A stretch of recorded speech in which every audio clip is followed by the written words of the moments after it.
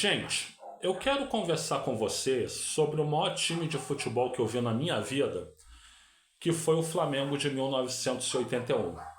Vamos falar sobre o Flamengo de 1981? Bom, gente, todo mundo sabe aqui que eu sou vascaíno, né? Mas o fato de eu ser vascaíno não quer dizer que eu não possa admirar outros times, né? E o nosso maior rival, o Flamengo, fez o maior time que eu vi na minha vida. O maior time que eu vi na minha vida em ação, né? Eu não vi a seleção brasileira de 70, eu não vi a seleção brasileira de 1958, eu não vi é, o Santos do Pelé, não vi o Cruzeiro do Tostão e etc. Nem mesmo o grande internacional do meio da década de 70 eu vi, né? Vi depois o de 79, já que era um pouco menos forte, vamos dizer assim. Mas o melhor time que eu vi em todos os tempos foi o Flamengo de 1981. Raul, Leandro, Marinho, Moser e Júnior, Andrade, Adir e Zico, Tita, Nunes e Lico. Tem muita gente que quer desmerecer por aí, dizendo que o time não era isso tudo, que o Marinho não jogava isso tudo. O Marinho jogava bola pra caramba, né? Que o Lico não era isso tudo. O Lico jogava bola pra caramba. O Lico, pra mim, tinha que ter ido em 82, inclusive, né, Tele Santana? Seja lá onde você estiver, Tele Santana. Eu acho que o Lico tinha que ir em 82, né? Mas aquele time não era só bom tecnicamente, né? Liderado tecnicamente pelo Zico, né? O maior jogador brasileiro que eu vi na minha vida. Mas sim taticamente, né? Porque vamos ver. Três características táticas daquele time.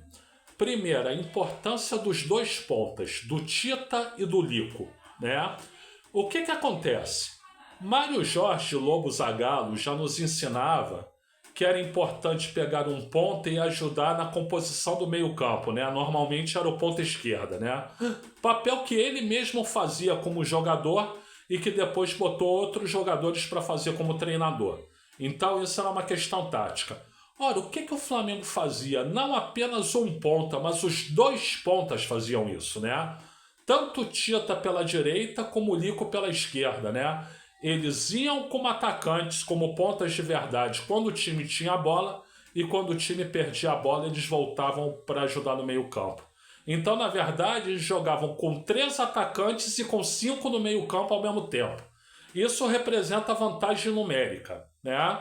Então, além disso, como os dois tinham facilidade de jogar tanto pela direita como pela esquerda, eles invertiam no meio do jogo. Ou seja, o Lico ia para a direita e o Tita ia para a esquerda, né? Então, o Flamengo assim se tornava um time que tinha uma capacidade de marcação muito boa e ao mesmo tempo tinha uma capacidade ofensiva muito boa também. Além do fato deles trocarem de posição, confundir as marcações adversárias, né? O segundo ponto é o seguinte: tem gente que diz que o Nunes era um bonde que fazia muito gol. Não, não era um bonde que fazia muito gol. O Nunes fazia gol pra caramba e o Nunes tinha uma função tática importantíssima. Por quê? Porque o Nunes era um cara que se movimentava por todos os lados da área, né? Ele ia para a esquerda, daqui a pouco ele ia para a direita, voltava para a esquerda, vinha para a direita, vinha para o centro, fazia gol, né? E quando ele se movimentava, ele levava a marcação adversária junto, né? E no que ele levava a marcação adversária junto, isso abria espaço tanto para o Adílio como para o Zico chegarem na área e fazerem o gol, né? Principalmente o Zico, né? Então, o Nunes tinha um papel tático com a sua movimentação muito importante, né? E o terceiro ponto, os laterais do Flamengo, né? O Leandro, fora de série, para mim um dos 10 maiores jogadores brasileiros de todos os tempos, né? E o Júnior, que tecnicamente também era maravilhoso, né? O que acontece? Como eles tinham um meio de campo consistente, exatamente porque os pontas ajudavam na marcação no meio, isso dava liberdade para os laterais avançarem, né? E tanto o Leandro como o Júnior avançavam e avançavam muito bem, né? Então os 3 pontos estão aqui, né? Pontas versáteis, né? Laterais que avançam e um trabalho de ataque facilitado pela movimentação do Nunes, né? Fora o diferencial de tudo, que era o Zico, que é o maior jogador brasileiro que eu vi em ação, né?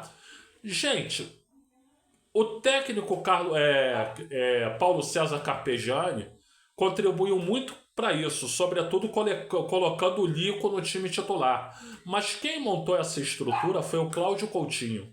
O Cláudio Coutinho é o maior técnico da história do Flamengo. Vou repetir, o Cláudio Coutinho é o maior técnico da história do Flamengo. Mais uma vez, o Cláudio Coutinho é o maior técnico da história do Flamengo, tá? Eu digo isso por quê? Porque a garotada nova vem dizer, coisa nenhuma, é o Jorge Jesus, né? Não, não é o Jorge Jesus não, tá?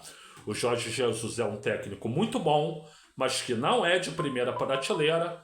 Eu particularmente defendia o nome dele para ser técnico da seleção brasileira agora, mas não quer dizer que é porque ele é a última maçã do cesto. Não é isso, né?